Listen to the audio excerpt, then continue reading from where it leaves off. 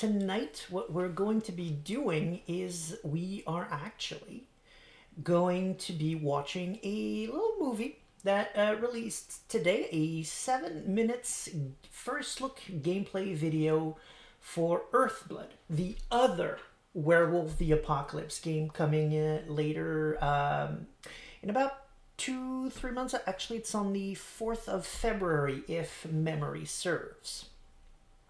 I've looked at it once today at a rough glance while I was technically working, so I didn't pay as much attention as I wanted to. So I will be able to do that tonight with all of you set mates. And I see that all of my usual folks are already there in the chat, ready to go. So let's just do it. Yes, Terraria, you were wondering. He says, was wondering if I would talk about that today. I absolutely will. Yeah, I had other plans for tonight, but when I saw this this morning, all my plans went right out the window. So let me put my other ear in so I can pay attention. Okay, good. It's working. I wasn't entirely sure. I made a few tests earlier on, but it's the first time I'm doing this, so let's see. Welcome to Werewolf, the Apocalypse Earthblood, an action RPG set in the world of darkness. You play a werewolf called Cahal, and you're fighting Andron, an oil company destroying the environment. So before I go any further, I want to make sure that you all can hear properly, because what's being said is important. They're going to be describing the forms a lot, and there's going to be a lot of information that's being said out loud. Can there be subtitles? Let me check. Yes. Okay. Perfect. I will keep that on. So right now, of course, there's already a little bit to unpack here. I'm not going to do a whole what's Andron speech because that alone could take forever. But the long and short of it is that Andron is a subsidiary of a company known as Pentex in the World of Darkness. That's one of many, many enemies of the Garou Nation. However, most werewolves don't actually know that Pentex exists. You can think of Pentex as the big conglomerate behind a bunch of evil corporations that are hell-bent on doing the worm's will.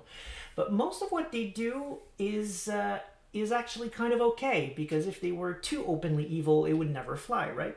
So some of their shell companies are actually doing good things, but at the end of the day, overall, Pentex does a lot more bad than they do good. And werewolves in general tend to clash with specific branches like Andron, which is the oil company side of Pentex. Without knowing there's an overarching plot, they just know that, hey, there's been an oil spill and oh, what a surprise, Andron's behind it again. So I'll keep it at that for now because there would be a lot to be said about Pentex. Let me just quickly check the chat. Gene Test says, maybe show the video once without pause, then we rewatch with comments. I could do that. Would you like that? Rashazan seems to agree. Okay, perfect. In that case, here's what I'm going to do. I'm going to remove even my face on there, okay? I'm going to put myself below the video. I'm going to let you enjoy it for 7 minutes, and I'm going to play it again and talk a lot. Okay, let's do this. In this mission, Cahal and his pack need to sabotage some flare stacks. With help from Ava, a guru from the Glass Walker tribe, and a computer specialist, they managed to hack into the first flare stack. Ava, I've connected you to the first flare stack. Good. Keep it up. We've got this. Using his shape-shifting ability, Cahal can transform into a wolf to move around faster. You can transform into 3 different forms, and each one has distinct gameplay mechanics. The human form is used for social and environment interactions. The wolf form is the best form for infiltration and exploration, and the Krynos form is used for combat. By selecting and alternating between these forms, you can choose which approach to use for the different situations you encounter during the game.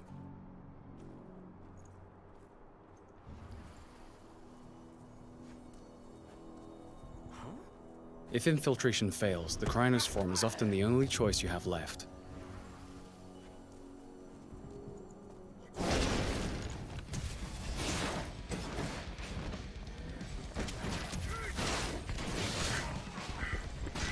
In combat, the Krynos has two stances. The first is designed for agility, allowing the beast to move around quickly and perform fast attacks while having great mastery of the terrain.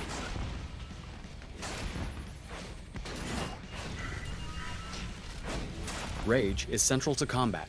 It builds up as you deal damage to the enemies and allows the Krynos to perform special moves. Confronted with stronger enemies, the Krynos will want to switch to the more powerful stance, which sacrifices agility for greater strength and resistance. By switching between these two stances, you'll be more effective during combat.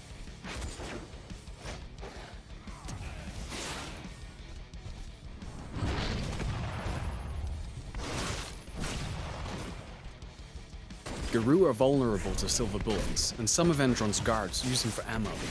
Damage from silver is not healed by the Krynos' healing ability. Therefore, it removes a portion of your health bar for the duration of the fight. Things have gone south. We need reinforced safety.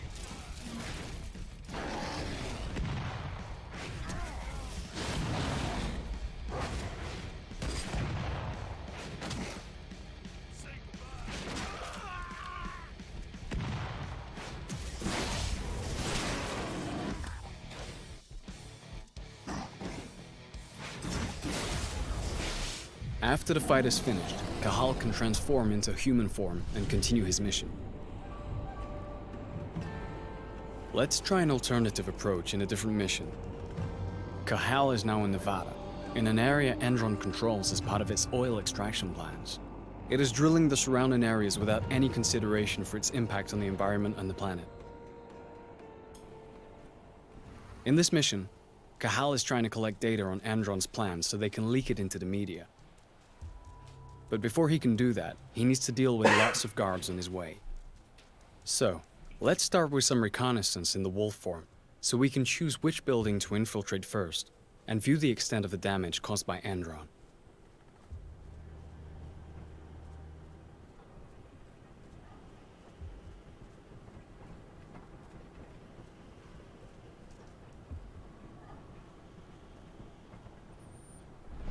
Using his penumbra vision, Cahal can detect the presence and type of enemies he faces, which helps him decide which approach to use to fulfill his objectives. In this case, we're going to use a stealth approach at first to make the task easier.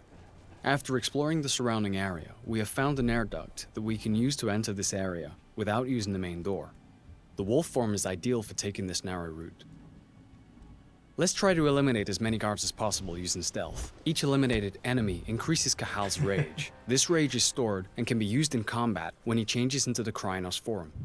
Rage can also be increased by consuming flasks found while exploring the different levels. You can also use penumbra vision to locate the control panels of reinforcement rooms, as well as detect silver and those armed with it. Let's first discreetly handle the snipers.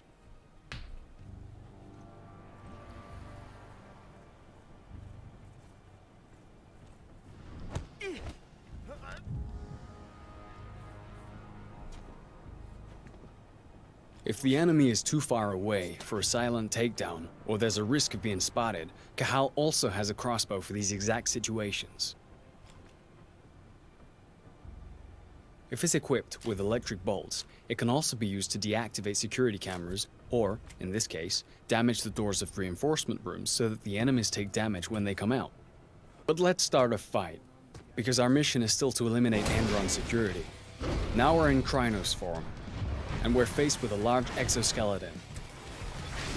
Thanks to the rage that is built up during our stealthy approach, we can use two abilities to quickly deal with this threat.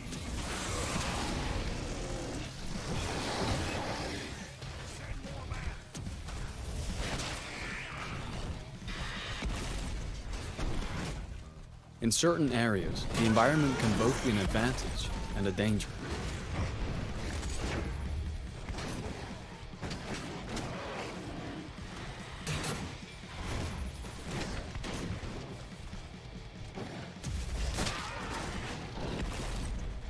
Some enemies are possessed by a bane, an evil spirit that can transform them into Fomori and give them various lethal mutations.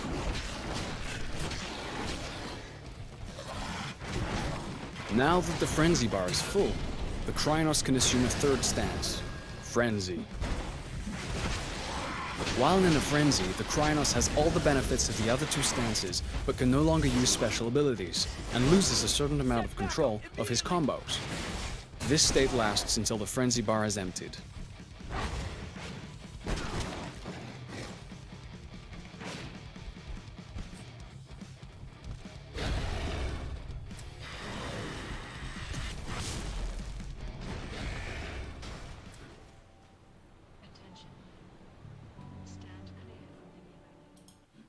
There we go. So that was the almost 7 minutes video of actual gameplay. I say actual gameplay because there was actually another video released, I want to say about 2 months ago, maybe. Let me bring my face back in. Here we go. There was another video released, I want to say about 2 months ago, where we saw some gameplay, but it was really more of fast flashes, and we didn't really see much. And much of what we saw was blood gore, blood gore, blood gore. So it's cool. I mean, there's nothing wrong with blood and gore per se. It makes sense, and that seems to be the approach that Earthblood is going for. They're going to a bit more of a action-oriented thing. But there's also a lot of stealth in the game, as we've just seen right now. So I feel like this trailer right there is closer to what we're going to get in the actual game. And it feels like, personally, what I wanted to see to allow myself to really get hyped for the first time. Of course, I was hyped already 4 or 5 years ago when they said the game was coming. Of course I was hyped, but I was also very, very terrified. Because that was the first, at the time at least, that was the first Werewolf game we were ever going to have. So I never really allowed myself to truly hope that it would be a kick-ass, really awesome game. And now that I've seen it in action, there's a lot I like. There's some I like a bit less. We'll be discussing that as I restart the movie and stop to comment. But overall, it sounds cool. It sounds like it's something that I'm going to really enjoy. So in the chat, there was some comment in terms of shifting is fast, which is true. I hope it stays that way. Personally, I'm not a huge fan of slowing down the action just to roll for shape-shifting, because you do it all the time. Sort of like the same reasoning where a lot of people don't like soaking in their games because it slows down combat. I think soaking is essential for werewolves. I would not remove it if I were to work on W5 like they did in V5. Soaking is no longer a thing, but I hope it comes back for werewolf. But shape-shifting, I mean, that's what werewolves do, right? For me, it always felt a bit weird that it wasn't just instantaneous. Sure, you can spend a rage point to shift, but then you kind of already start losing some of the strategic points that you're supposed to be using to be more powerful in battle. So I like that it shifts quickly, and Rishazan in chat made a reference to the character being a Kailindo Rani, which is, as far as I know, not the case, but I see what he means. Just quickly, Kailindo is a martial art. It is a shape-shifting martial art developed by the Stargazers, and it is really based around tricking your enemy into thinking you're going to do one thing, and then actually, for example, at the last minute extend your reach by shifting your arm in a Krynos arm, feinting him, making him think you could never reach, but actually, haha, I just did. Or getting out of clinches by shifting into Lupus, for example, taking a lot less space than you did when you were Hamid, and things like that. So Kylindo is very much all about quickly shape-shifting. So I think this is what Rishazan was referring to, and he's correct. It feels more like the quick type of shifting you would expect from Kylindo, and it feels cool. I think it's the right way to go, definitely, in this game, even if it moves away from what in theory shapeshifting is in tabletop. I don't care. I want to shapeshift in my werewolf game, and I'm glad they went this direction for sure. Frenzy's the real MVP. I have some reservation about Frenzy. We'll look into it a bit later on, but overall it looks like it feels good for sure, and that's what it needs to do. I'm just more concerned about the visual of it, but we'll talk when we get there. Gene Test says the character feels bland, but then again, it was showcasing the gameplay, not the story. We don't know a lot about Cahal. We know that he's an around a Fianna. He lost his pack recently, so he's a bit more on the warpath. That's just about all I know, honestly, about Cahal. So, visually, sure, I guess, but I'm sure the game itself will delve into that a lot more. Back when the game was first announced, way back when, the people who used to be in charge of the World of Darkness back then, they talked more about, not details, but they talked a lot about wanting to make this game feel like Werewolf and giving it depth. So while I see why you're saying this, I would definitely say that wait a bit. Give it a moment. Let's see if the game has a story to tell, because I think it does. I think the character will definitely get some development. I'm thinking maybe something like Kratos. Like at first, you kind of see him as not much more than just this violent guy that rips people to shreds, and then you get the new one on the that we got a couple of years back, just titled God of War, even though it's technically the fourth one. That's just an amazing piece of it's a character piece fully, essentially, and it's just freaking amazing. So I'm not saying it's definitely going to be on the same level of quality, because I don't know, we haven't seen the game yet, but I would give it a shot first. Rashajan says, I see as the other way around. Rage could be used as a resource to shapeshift easily. Needing to manage that out of combat as well makes sense to me. It is, however, very Hamid-like to shift so often for many purposes. That's true. That's true. Definitely a Lupus would be more likely to stick to ISPO form and just do it like that. However, in this game, as you might have noticed, there is no ISPO. There is no Glabro either. So maybe, I guess, in that context, a Lupus might shift more. Terraria says, I thought he was a Ronin. He's a lone wolf for sure, but a lone wolf does not mean Ronin. That's a different thing. Lone wolf means that you don't have a pack. You can still have a tribe. So let's go through this one more time and pick it apart. An RPG set in the World of Darkness. You play a werewolf called Cahal, and you're fighting Andron, an oil company destroying the environment. In this mission, Cahal and his pack need to sabotage some flare stacks. Wait, Cahal and his pack? Didn't they say he lost his pack recently? I'm sure I read that he lost his pack. Interesting, I guess he didn't. Okay. Could it be that it was a theory that he lost his pack because we only saw him fight alone and we just kind of assumed he didn't have a pack? Huh, I'm gonna have to research this. I realize now that I should have. Let's see. My biggest fear for this game is that it will be yet another piece of Werewolf the Apocalypse media that focuses purely on the Aron experience, and this trailer really didn't help with my fear. I see where you're going with this, but I think we should not be dismissing the fact that there are clearly a lot of stealth element in there. There are potentially some spiritual element as well. The cinematic trailer that we got a while back showed a couple of things that were clearly spiritual based. And also there's this penumbra vision thing, so we might even have some sort of umbra element. So I see what you mean, and I do think it's going to be more action-packed than the other ones. But I think we have the DNA here of all the elements of Werewolf, even though it's definitely skewed one way. It looks like most of it is there in one form or another. Oh, Stanel says, or you will, and Terraria continues with maybe you lose your pack in the first mission.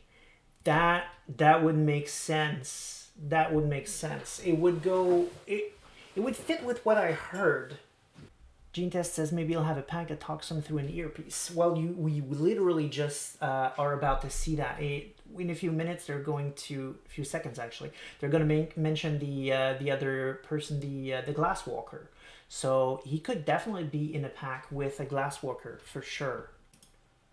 With help from Ava, a guru from the Glasswalker tribe, and a computer specialist, they managed to hack into the first flare stack. Ava, I've connected you to the first flare stack. Good. There we go. Keep it up. Oh, wait. Did you see that? Spirit points. Level up. You have 990 available spirit points to spend. There's definitely some leveling up to do, which makes sense. They did announce it as having RPG elements. Interesting. As I was discussing earlier today on, I think it was on Twitter with Towering from Lore of the Apocalypse, we're both kind of hoping that leveling is shape-based, in the sense that you can level up your Lupus, your Hamid, and your Krynos, essentially. Going a little bit back to what Terraria was saying before, like hoping it's not too skewed necessarily towards the Haron part, it would essentially allow you to be more focused on stealth if you spend more time leveling up your Lupus, for example, more on social if you're leveling up your Hamid, and more on the Aron experience, as you said, by leveling out your Krynos form. I'm not saying that's how it is. I'm just saying that's how I really hope it is. Personally, I'm a stealth guy. I tend to do stealth a lot in my game, and I'm also a Lupus player, so if that's in the game, I will be very happy. At the very least, I think we've just confirmed that leveling up and spending points on things is definitely part of it. Gene Test says, spirit points, equals XP for gifts. That is wise, my dear. It could be that, yeah. You may not necessarily level up your forms, but you could just be buying gifts per se. I like it. I mean, it cheapens a little bit the concept that usually you kind of have to work for your gifts, in the sense that you have to do some shimonage, you have to convince the spirits that you're worthy, that kind of thing. There's a lot of roleplay around getting gifts, but let's be honest, that was never going to be a part of this game, right? Unless we're making a very special game closer to what we have with Heart of the Forest. That is a lot of minutia. So your theory, I think, makes a world of sense, to at least give a bit of a spiritual flavor to it, even though you're not per se doing any shimonage. Got this. Using his shape-shifting ability, Cahal can transform into a wolf to move around faster. You can transform into 3 different forms, and each one has distinct gameplay mechanics. The human form is used for social and environment interactions. The wolf form is the best form for infiltration and exploration. And the I cannot wait to infiltrate in Lupus. Krynos form is used for combat. By selecting and alternating between these forms, you can choose which approach to use for the different situations you encounter during the game.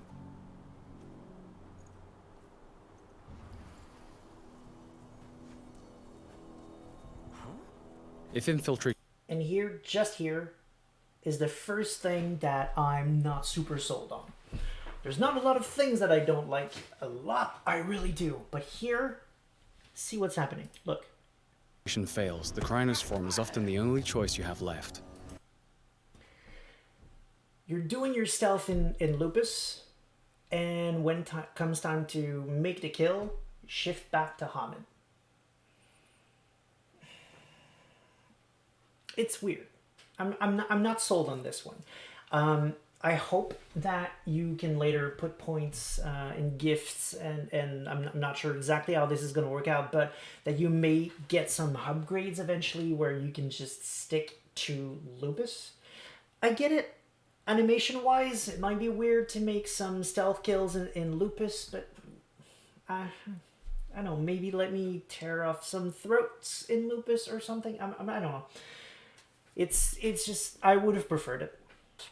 Hundreds of hands to make sure they don't scream. No, I know, and I agree. I fully agree. It makes sense. I just find it jarring, is all I'm saying. It makes complete sense. It's just, you're selling me the Lupus as the stealth one. It's a very, very small gripe. It's a very small gripe. It's just, it would have been cool.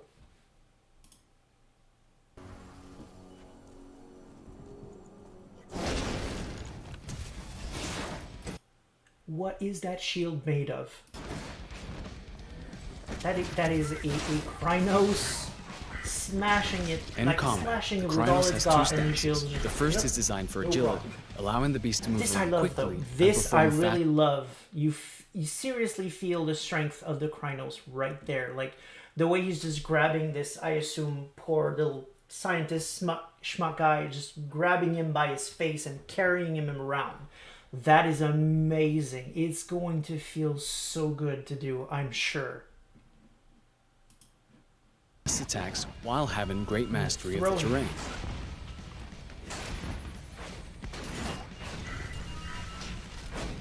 Rage is I like central that to they added combat. drones. It builds up as you deal damage to the enemies. It's not something you see a lot of in Werewolf, but I think it feels like a natural thing that Pentex would have, especially nowadays, and it allows for some variety, I think, in combat. I like that they went a bit sci-fi there.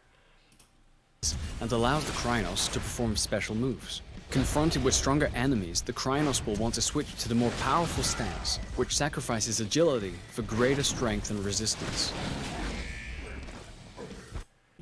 I like the two stances. That's something that I find very cool. It adds a layer of strategy, I think. From a game design perspective, it makes a lot of sense. That way, it's not just, hey, I'm Krynos now, so I'm just going to slash them until they're dead. I like that they're doing this. I think it makes sense. It's a great idea. It's just going to be a matter of how good it feels in play. That's going to be make or break, I think. By switching between these two stances, you'll be more effective during combat.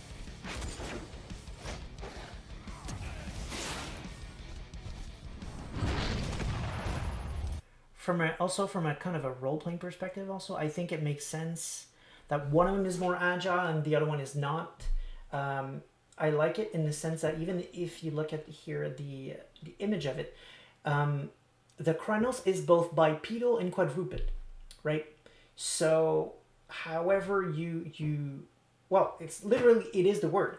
Your stance would determine whether you're upright or down on all fours, would have a lot of impact on how you fight and how you move around. So 100% I think they made the right choice here. As long as it feels right in our hands when we play this game, it feels like it was a really brilliant move on their part.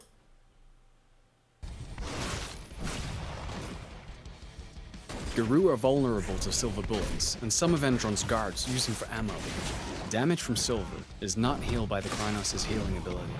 Therefore, it removes a portion of your health bar for the duration of the fight.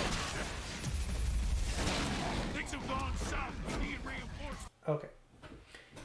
See here? I love this too.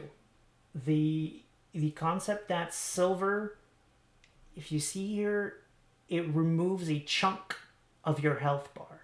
It doesn't necessarily hurt you, although it probably does, but mostly it removes a chunk of your health bar. That is cool, because you can't regenerate silver easily. That makes a whole world of sense, and that sounds like a natural application of aggravated damage. How are things going on chat? Not a lot of comments going on. I just want to make sure that I'm still connected and still streaming. If someone would please just post anything so I know that we're still going.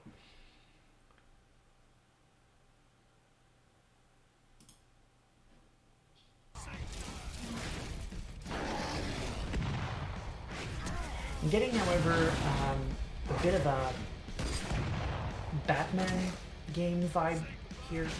Not completely, but I think it's the enemy types. You've got the normal dude, you've got the dude with a lightning rod, and you've got the dude with a shield. So on the enemy types... After the fight is finished, we'll have to Cahal see. can transform into human form and continue his mission. Perfect. Let's try an Chat alternative literally approach in posted anything. Thank you very, very much, chat. Cahal is now in Nevada, in an area Endron controls as part of its oil extraction plans. It is drilling the surrounding areas without any consideration for its impact on the environment and the planet. In this mission, Cahal is trying to collect data on Endron's plans so they can leak it into the media. But before I just realized that the interface just changed completely. Here we don't have an elf. Oh, it's probably, see, this is probably meant to represent an eye, even though it's not at all the glyph for an eye. I suppose this is the meter that is telling you whether you're being stealthy or not. Just a theory. I'm not sure. Just a theory. I'll get back to it, though, because there was something else I wanted to show you. So this is definitely your elf. This is definitely your rage, right? These are probably your attacks or whichever passive you have activated. Like here, this looks like healing. But here, am I crazy, or is this worm taint? Is that how it looks to you people as well? This I don't know what this glyph is, but it looks wormish, and definitely this purple U thing. I'm thinking worm taint, personally. Let's see if it comes back. But before he can do that, he needs to deal with lots of guards on his way. So, let's start with some reconnaissance in the wolf form, so we can choose which building to infiltrate first, and view the extent of the damage caused by Endron. Oh, the prancing, that's so cool.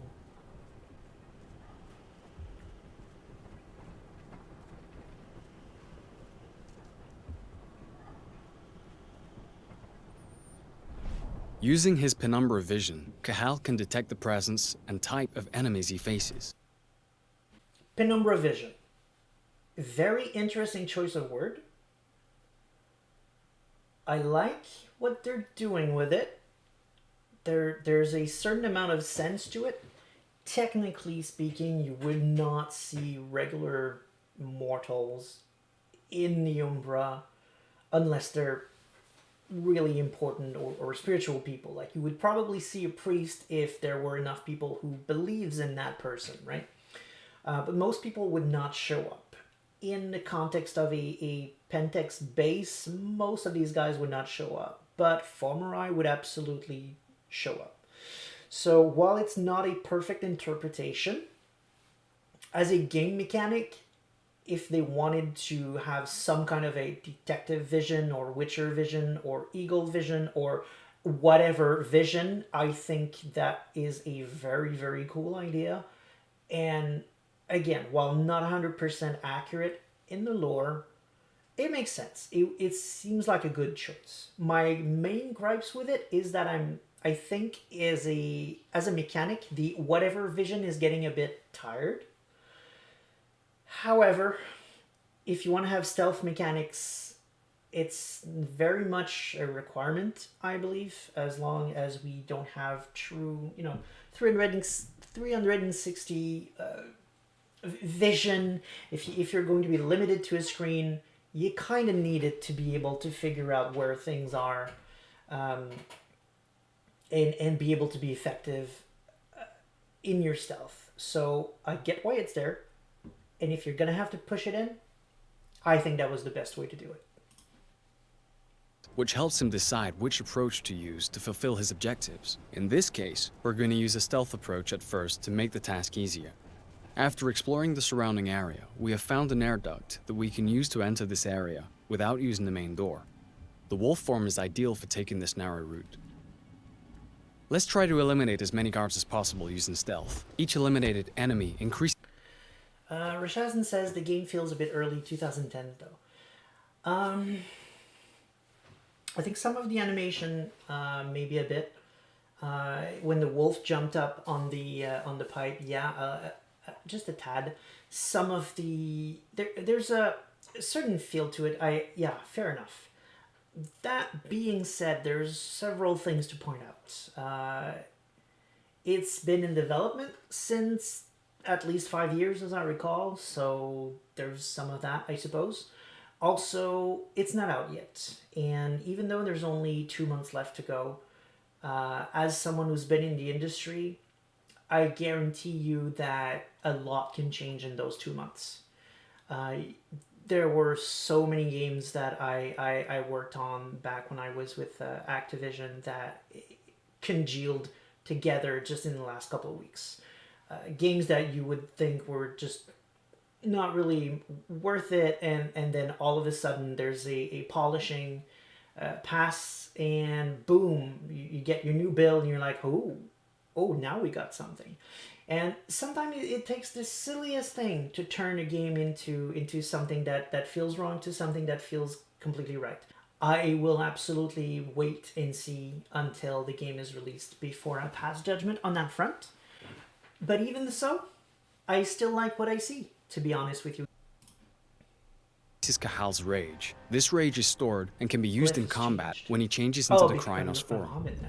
Rage can also be increased by consuming flasks found while exploring the different Okay, I'm not a big fan of the flask thing, because I've never really seen rage as mana or something like that, although it makes a certain amount of sense in the world of darkness.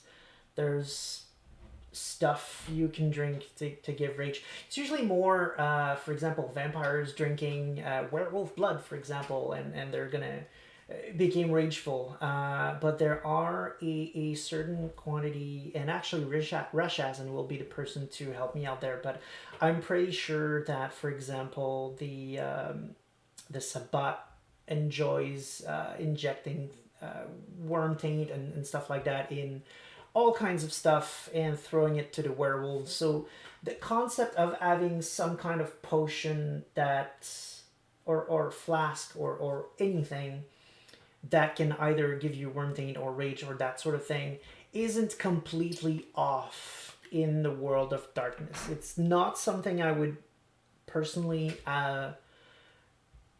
it's not something I think would make sense in the tabletop RPG version of the game. But in a game like this, where you are going to have to manage some kind of inventory, and you want to be able to collect a couple of things to spend to prepare for your battle, I think it makes sense. Right. True. Rashazan also says they could be talons. Yes, that would make a lot of sense as a talon too. Perfectly agreed with that, actually. I no longer have a problem with it. The only reason why I had... Okay, let me clarify. I have a problem with the word flasks, right? Because especially since you're going to find them lying about, it did not to me feel like they would be talent. It felt like something that Endron produces that you find lying on the floor and you're just going, oh, sure, I'm going to drink that. It feels like the last thing a werewolf would do, right? But it really depends on how they justify it. And if they do end up saying that it's a talon, and let's not discuss why it's lying on the ground over there, I would be okay with it. Flasks, beer. He's drinking beer. He's finding beers. Yeah, I could see some kind of... There is a beer, actually. I believe they're called King Breweries. It's another Pentex subsidiary. So sure, if you find King Breweries beer lying about and you're drinking those, I could see how that might give you some rage. It would also definitely give you some worm taint. But yeah, no, that could work. levels. You can also use penumbra vision to locate the control panels of reinforcement rooms, as well as detect silver and those armed with it. Let's first discreetly handle the snipers. All of this is perfect. I mean, once you've accepted that we can see in the penumbra things that shouldn't be there, I think all of it makes complete sense. Did you see that the gun fell? If the enemy... Okay, I'm gonna let him say that, and then I'll comment. Is too far away for a silent takedown, or there's a risk of being spotted, Cahal also has a crossbow for these exact situations. I guess the crossbow is stealthier, but the guard definitely dropped his guard there. I wonder if you can pick them up or not, because it would be interesting to be able to fight a bit. If it's equipped with electric bolts, it can also be used to deactivate security cameras, or, in this case, damage the doors of reinforcement rooms so that the enemies take damage when they come out. Okay, that I'm not a huge fan of. It's just kind of weird to me. It feels gimmicky, but again, it depends how they justify it. If, like Rashazan mentioned before, if they're talons, okay, because then I can understand why it's being all sparkly all the time and it will damage whatever comes through. It's part of the pact. It's part of the arrangement that you have with the electric spirit that's in your weapon or something like that. Or even better, if the crossbow he's using is a fetish that has that effect, then I'm 100% okay with it. But if they're just going with, it's a mechanic, that's it, just accept it, it does lightning. Especially if it's so easy to justify it with a fetish, that is something I'm gonna have a harder time feeling like I'm in Werewolf, right? If you're just adding classic mechanics that a lot of games have in this game, to me that's gonna break my immersion because I'm gonna feel like it's just about it's any game, right? But if you make sure the flavor fits with Werewolf, then suddenly does the exact opposite. I feel like I'm a cool werewolf with a cool fetish. So please, just give me a throwaway line anywhere in the dialogue that explains that this crossbow is a fetish, and I will be super happy. Please. Chat says... Oh, the Rage Beer from Heart of the Forest. I see. Right. Yeah. Lisa's around here just dropping beers around for us. Fianna and Crossbow. Yeah, I can see why Fianna would run around with a crossbow. But then again, yeah, as Gene Test says, Classwalker gave it. That would be my theory, yes. If he's in a pack with the Classwalker in question, and with the Classwalkers, usually Ackers are Theurges, it would fit. I think it would make a world of sense. I would not be surprised in 2 months if I go, ha, told you, when they present the crossbow in the game as being a fetish given by the Glasswalker. That would be what I think is going to happen for sure. Well, not but let's sure. start a fight, they might go in a different direction, because our mission is still to eliminate Andron security. Now we're in Krynos form. Okay, I'm not sure why shapeshifting fucks up everything around you, but I love it. It feels... I think it's going to feel good to do. Chintes says, Cahal seems Irish origin, so it would work that he's Fianna, previous convo. Cahal, derived from Irish, means... Okay, from the Irish Cath, which means battle, and Thal, which means ruler. This was the name of a 7th century Irish saint. It has sometimes been anglicized as Charles. Huh, thank you very much for the research, Gene Test. That makes a world of sense to me. And we're faced with a large exoskeleton. Thanks to the rage that is built up during our stealthy approach, we can use 2 abilities to quickly deal with this threat. Boom. This I really loved. This is a brilliant approach to marry the two. In a lot of so-called stealth game work, you can approach situation however you like, right? You can either be stealthy or you can either be brute force, right? You can hardly switch from one to the other without getting your face bashed in. Like, it's true in Deus Ex, for example. It's true in all kinds of stealth game. You're trying to be stealth, but then something you could not have seen coming just kind of happens, and suddenly everyone and their mom and their grandmom are aware of exactly where you are, and they're all gonna rush in to you, and they're gonna throw rockets at you and nuclear bombs or whatever. It quickly becomes the apocalypse, and all of a sudden, you little guy with a stealth build is supposed to do something about it, and you're really just gonna have your face bashed in, which is kind of sad. It feels like it doesn't really mesh the two mechanics together. Here, what they're doing is something that I found really, really cool.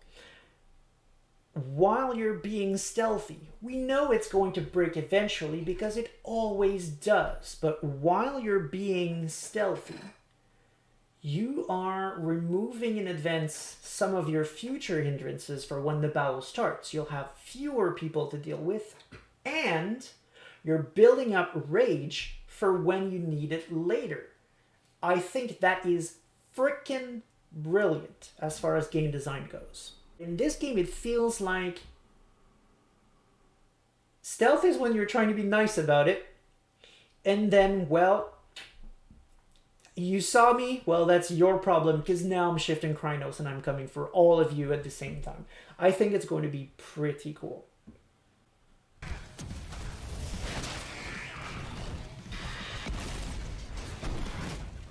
In certain areas, the environment can both be an advantage and a danger. That is cool too.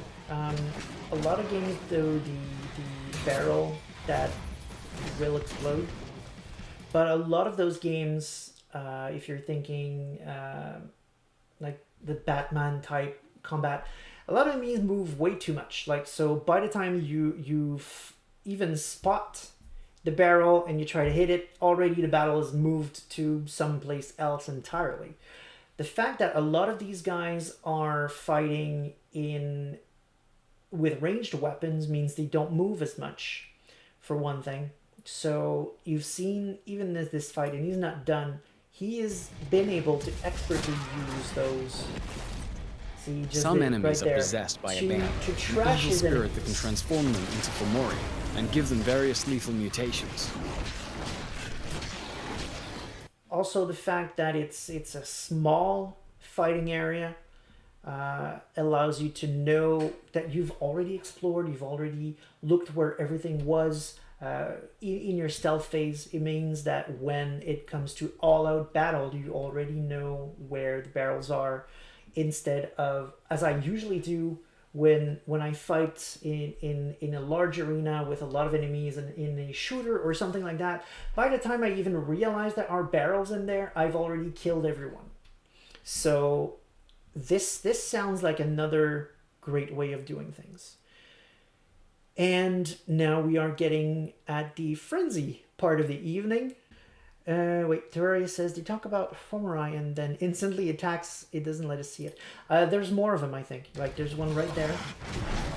Now that the frenzy bar is full, the Krynos can assume a third stance, frenzy.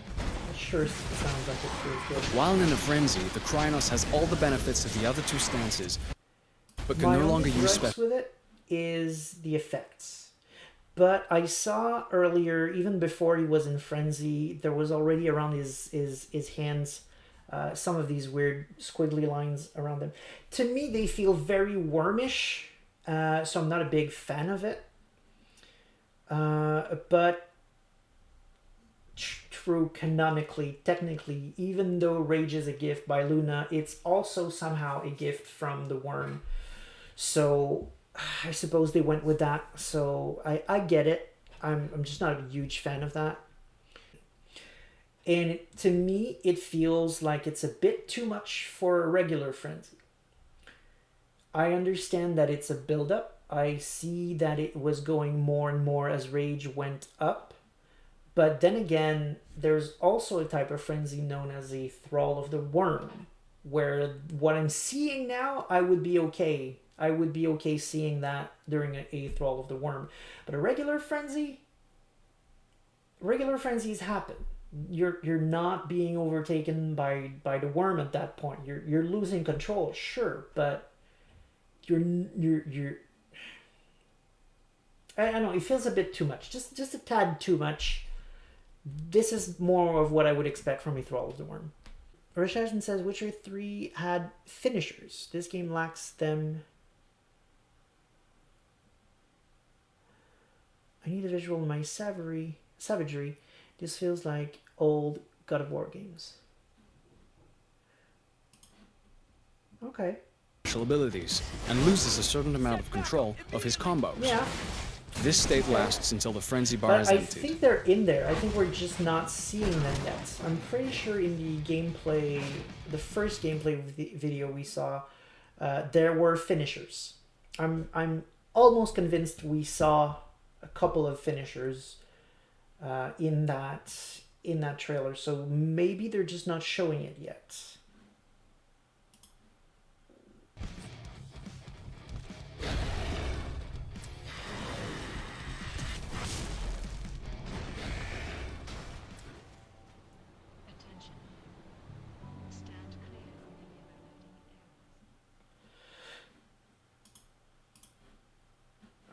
Let me try to pause this. Okay. So that was the video for the upcoming Earthblood game, which overall, personally, I'm allowing myself to be hyped officially starting today. My main concerns are mostly with story, because I don't know much about it yet. And that's going to be what matters more to me, because I love the setting a lot more than I love, for example, the savagery of Werewolf. So I'm okay with what I'm seeing, although I do agree to a certain point with what Rashazin is saying. There are going to be fans of savagery for sure coming into this game, and they're going to be expecting more, like he's saying, and that makes sense to me. For me, however, I'm approaching these games and Werewolf as a setting more as, well, as a setting. I want to be immersed in the universe, I want to be immersed in the lore, and I want a good story out of it. And so what I'm seeing for me is enough. I think I'm going to have fun playing what I've seen, especially considering there's going to be 2 more months of polishing. I'm pretty confident we're going to have something pretty fun when it comes out. So all that's left for me is to see the story, but that is something that we're gonna have to wait a couple of months to see.